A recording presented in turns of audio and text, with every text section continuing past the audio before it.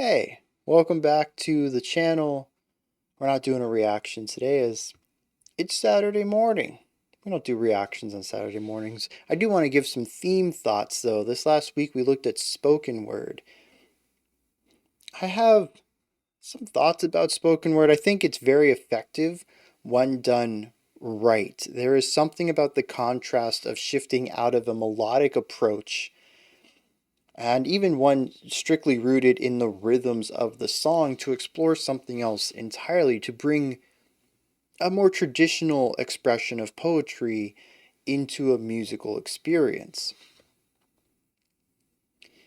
I think it can very easily be done wrong, though. It is a bit of a juxtaposition of sound, of expression, of expectation. In a lot of ways, it's no different than listening to something like Between the Buried and Me's Ants from the Sky, where like you just keep getting tossed around to different ideas and it's very disorienting. And I think that something like this could be disorienting as well, being tossed out of something melodic or even rhythmic if we're dealing with rapping or harshes, growls, stuff like that, and being thrown into something more poetic, sort of on its own wavelength.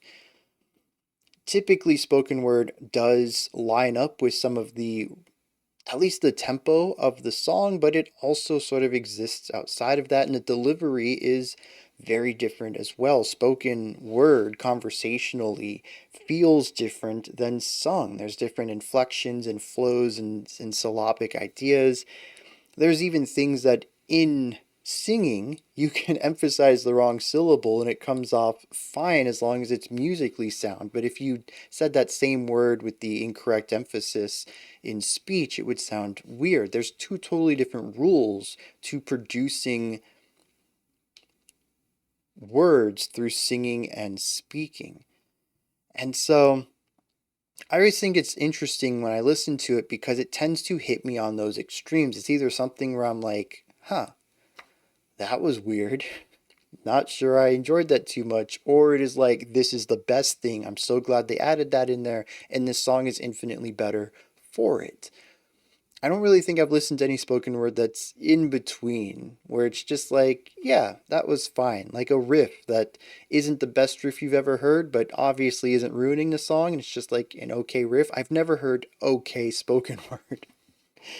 Um, so I'm usually a fan of it though. I think most people don't tend to go for it because it is kind of weird to put in a song, right? And so I think the people who tend to utilize it are the ones who are confident in their use of it, which is why I can pretty much only think of times when I've enjoyed it. I think this is different than introducing samples, which we did get at least one track, I think, this week, which was just a sample of spoken word, which introduces another concept entirely in that sometimes the spoken word, particularly with sampled versions, is just speech. It's not poetry. Poetry does have a built-in rhyme scheme sometimes. It also usually has a meter of some sort. Having a meter in and of itself already makes it musical. But when you just have speech taking the sound of somebody in a completely different environment just talking and then put that in your music, that's very different, I think, than introducing a spoken word segment, which is typically poetic. In fact, I do have a couple of spoken word sections that I enjoy that I'm going to be showcasing today, and they're all poetry, and they do tend to line up rhythmically with the song, but they're not sung or rapped. At least, maybe not. And see, this is a question that came up during the Aesop video. How is spoken word, when it's done to poetry, different than rap? I'm not sure I have an answer for that.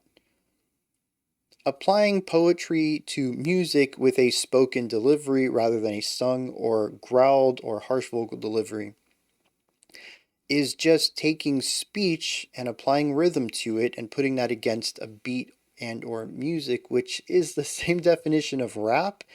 And yet, if you ask me to classify different deliveries of vocals, I can clearly say that's spoken word, that's rap, that's spoken word, that's rap.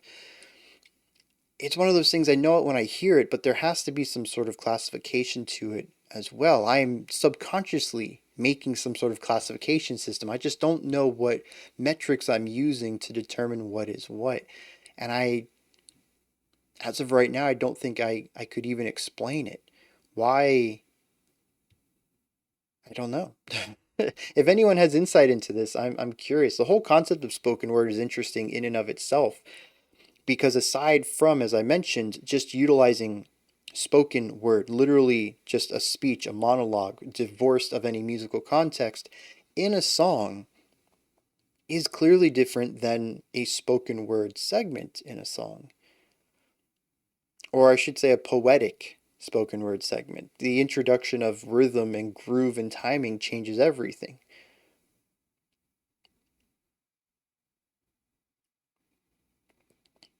But both of them kind of work for that concept of being spoken word. I don't know, the whole thing is just kind of vague in so many different ways. I hadn't considered that going into this week, but it is something that I've thought about heavily ever since about the midpoint. About Wednesday, I was like, what is spoken word? I know it when I hear it, but like, I really can't define it. And so I'm kind of curious where everybody else sits on it. I know when we had Aesop, there was at least one comment that was a bit upset about having rap present. And I've been trying to think back on that track if there was spoken word in it or not. I don't remember having a segment of the analysis dedicated to it. It makes me think that there wasn't any, but I think I would have called that out too. I don't know. But there's a lot of rapping in it, and rap is kind of spoken word, but it's not. I don't know. Like I said, I'm curious what everyone else's thoughts on it. I'll leave it at that before I start rambling in circles. I think I already have. With that said, I'd like to dive into a couple of my favorite examples, all of these being poetry done to music. And one of them, I think you could probably even make an argument for it being a slower type of rapping. I don't know. It was interesting going through my library and trying to find some examples. I knew one immediately. It's the one I'm going to play for you first. It is the first thing that comes to mind. Anyone says spoken word, it's this. But the other two are a bit less vague.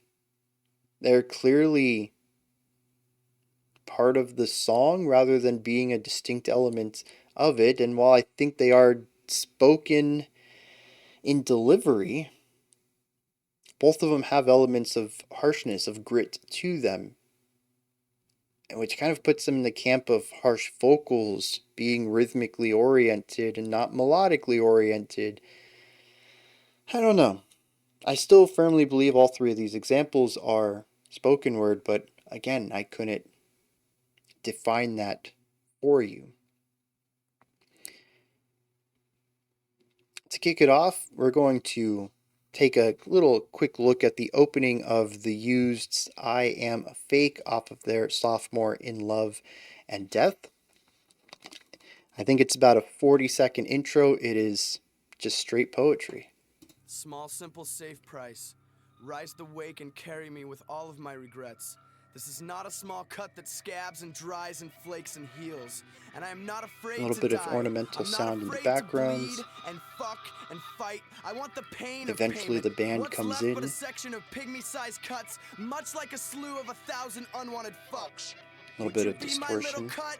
Would you be my 1,000 fucks? And make Mark leaving space for the guilt to be liquid, to fill and spill over and under my thoughts. My sad, sorry, selfish cry out to the cutter. I'm cutting, trying to picture your black, broken heart. Love is not like anything, especially a fucking knife. Yeah, that is To me, that's iconic. I heard that way back when I was, geez, like 17 or something. It was huge for me. And a few years back, the Used did an anniversary tour, 2 nights per city. The first night they played their entire self-titled album from start to back in the order of the original track listing. And the second night was this album, their sophomore album, same deal, front to back. And it was the second time I had heard this song live. And man, I tell you what, when you got the whole crowd singing the poem along, it is amazing. uh, so yeah, anytime anyone brings up spoken word, this immediately comes to mind. I knew I was going to bring this up today since this theme showed up in the polls on Patreon. I didn't even know if it was going to be picked yet. I was like, if it is, we got theme thoughts. I got to show this one. It is just, it's so embedded in my mind. I haven't heard this song in years, and I could still recite that word for word. It's just one of those things that gets stuck in you. This next one comes from the Human Abstracts album Midheaven, which was also their sophomore album. I think there's a trend going on here, although my next one's gonna break that trend. This album Midheaven had a ton, maybe like 5 different spoken word segments in it. It was an interesting album because the band was going through a little bit of turbulence. In the middle of the tour supporting their debut album, their lead songwriter and guitarist left in the middle of the tour, stating that he felt he was being pigeonholed into being a metal guitarist and he wanted to finish up his degree in classical music, wanted to continue his education for classical composition, and he didn't want to be the metal guitarist, and it's what he was becoming very popular and well known for. So he decided to leave the band, and that put the band in an interesting place because he wrote a lot of the music. So they end up hiring a new guitarist, they end up hiring a keyboardist, and they take the band in a very different direction, one that is lyrical focused, a lot more than the metal-y or guitar focus that they had on the first track, and moving away from something that is progressive metalcore to something bordering between modern progressive rock and the type of progressive metal you would find in bands like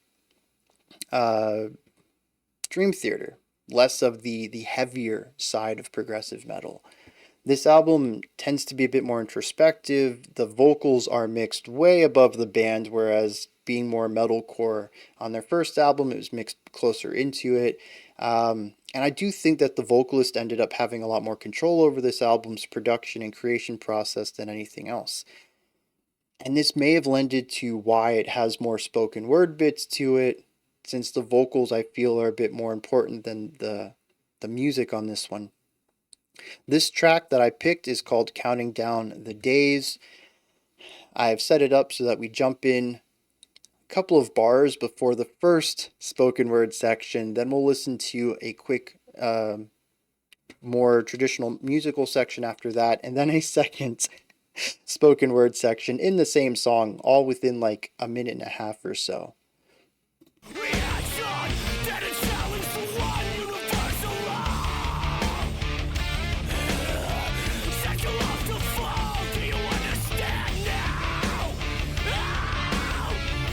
This is one of the heavier tracks. I just realized I introduced this as like progressive rock.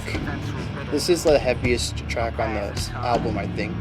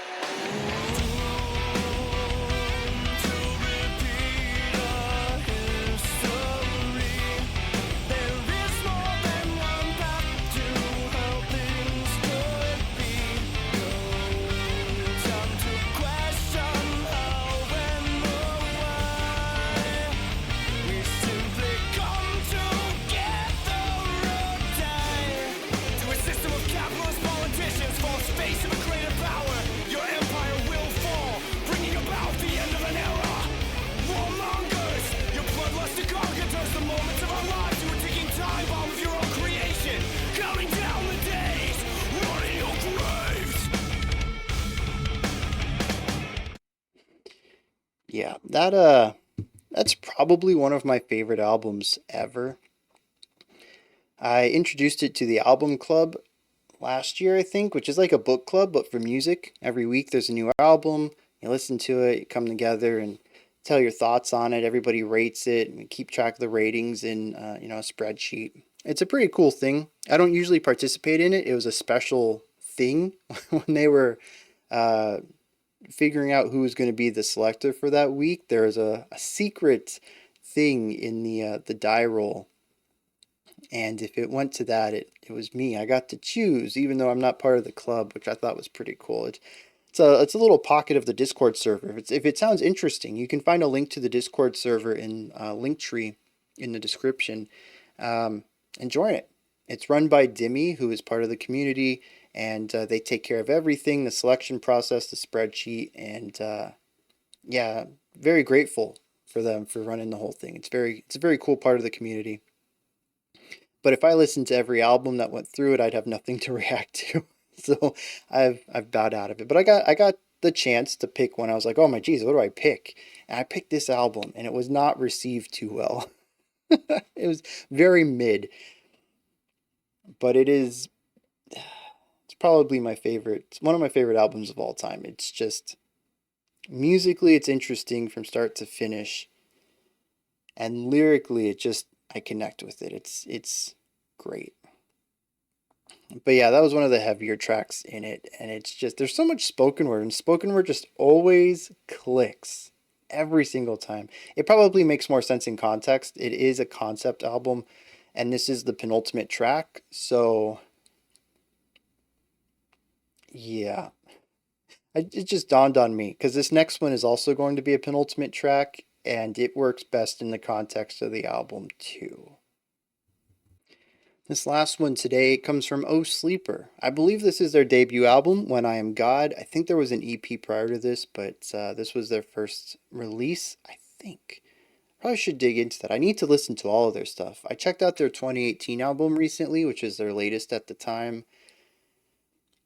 I just remember not really clicking with it the way that I've clicked with this one. But there's like two or three albums in between, so I haven't been on the journey. I just went from the start to the end. Anyways, this album is called When I'm God. It came out in 2007, and all of the lyrics to the songs are kind of connected together. Many of the songs they're individual. You can listen to each of them standalone and get the full effect out of it, but there's little nods lyrically to most of them. And it all comes together here in technically our penultimate track.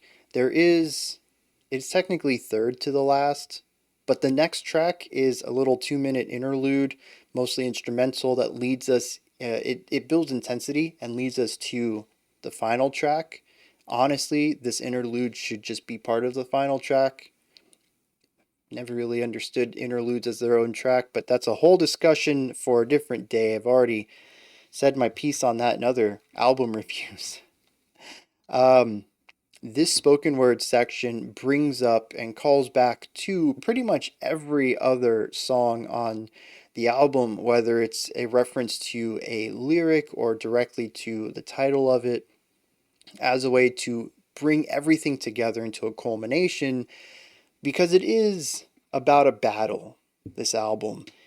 They're a Christian band, and this is very much a battle of good and evil, God and Satan, and it ends in the final track called The End of a Dark Campaign, where our character, who has been present through most of this track, or most of the album, has been mortally wounded.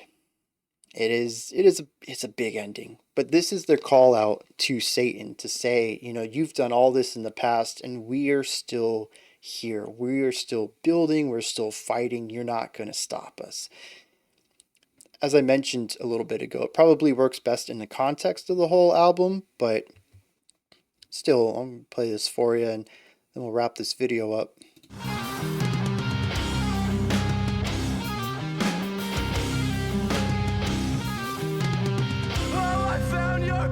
On a fleshy pulse, you made the waves that made my foot, and all the siren songs that ring on. those little bass ideas on the bottom. I watch your vipers bring down the bishop and break the chains to leave me hid. Well, I brought all the archers, we lit all the fires. We've come to destroy, rebuild, plant the seeds. Okay, yeah, I'm not supposed to be jamming out. We're just looking at spoken words. I could leave the song on. I could honestly leave on like the next 7 minutes and finish the album out because it's just so good. But he says that you've made the waves that met my feet, and it'll call back to a couple tracks prior called The Flagship. He says, I watched your vipers bring down the bishop. Going back to track 1, Vices Like Vipers, and then track 8, His Name Was Bishop, about Bishop being taken. He says the siren songs ring on and on and on. Track 5, the siren song, which is about lust for for sex and also for like drugs and stuff like that. All the ways that the sins of the world can bring us down. He says, but I've brought all the archers, I've lit all the pyres, and we've come to destroy and to rebuild, to plant the seed. And track 3 is We Are the Archers, and I don't remember which track it was about lighting the pyres to build pathways of light for those who come after us. But that's a lyric in one of the tracks. It is just like this massive culmination of everything that's happened so far. And it works so well. The album's only 42 minutes long.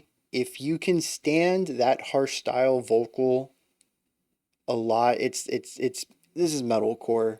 He doesn't really deviate from that. There's a couple tracks where he utilizes a quasi clean vocal. There's a couple bridges. I think the drummer takes clean vocals on the opening track, Vices Like Vipers, but I don't think he does on any other song. You really got to be on board for that vocal style because it is the whole song. It honestly surprises me how much this album works for me given the monotony of the vocals, but I think the guitars and the overall intensity of it it picks up the slack in a way that not every band does when they have this type of monotonous vocal style. But yeah, it is a fantastic roller coaster of a ride, especially if you got the lyrics nearby. It is Christian. I'm not a real religious person myself. It is fun to sort of view it no different than, or at least how I view it is no different than if you hear a song about Egyptian gods or anything like that. I don't put too much stock into reading it as fact, but I do think that the extra passion, because they believe it, bleeds through entirely, much in the same way that I enjoy Flyleaf, because Lacey's vocal delivery is filled with passion, which, if there's anything you guys know about me from the past couple of years of listening to me talk about music, it's that passion is going to supersede anything else. Lyrical themes, musical concepts, sounds. Even with the music that I typically don't like, if I can feel the passion in it and it connects with me, I'm going to learn to enjoy that sound, which is probably what happened with this album. Passion is just so important to me, and I need to hear it in the music somehow for me to really get engaged with it. But yeah, actually, all 3 of these albums are fantastic. I think the Used album that I played from you, In Love and Death, that's probably my second favorite Used album. I already mentioned Human Abstract's Midheaven is one of my top albums of all time, and When I Am God is just phenomenal from start to finish. So yeah, that was my thoughts on the theme thoughts. That's why I call these videos that. Geez, those are my thoughts in spoken word. Some ideas about it. I'm still a bit lost on the concept and some of my favorite spoken word usage in songs that I can think of. I went through my library rather quickly, just kind of skimmed through it. I didn't go like track by track. I just looked at album titles. I'm like, does that have any? No, does that have any? I might have missed some good ones, but these 3 definitely stand out to me. The first 2 I immediately knew of, and I wanted a third one because all examples should be done in 3. That's just balance right there. Let me know yours though. I had a lot of questions here. I'm curious other people's opinions and perspectives and stances on what constitutes spoken word. Should we include rap in that? What about speech devoid of any rhythmic flow? These examples that I showed being poetic, having a musical component to them, should they have even qualified for the week? I don't know. I'm real curious what everyone else says about this stuff. And of course, if you want, toss me your favorite moments of spoken word in music. That wraps up this video. You all know the usual shindig. There's a link to Linktree down in the description. Like, subscribe, ring the bell, be critical, not cynical. Most of y'all who are watching this are fans of the channel. I'm sure you know how the outro works. I highly doubt a newcomer this is gonna be their first introduction to me is some random non-reaction. Alright, y'all take care. Have a fantastic rest of your day. Get psyched for the album review tonight, and maybe I'll see y'all tomorrow morning, at least morning my time, 11 a.m. Eastern Standard Time, for the live stream. Alright, have a fantastic morning, afternoon, or evening.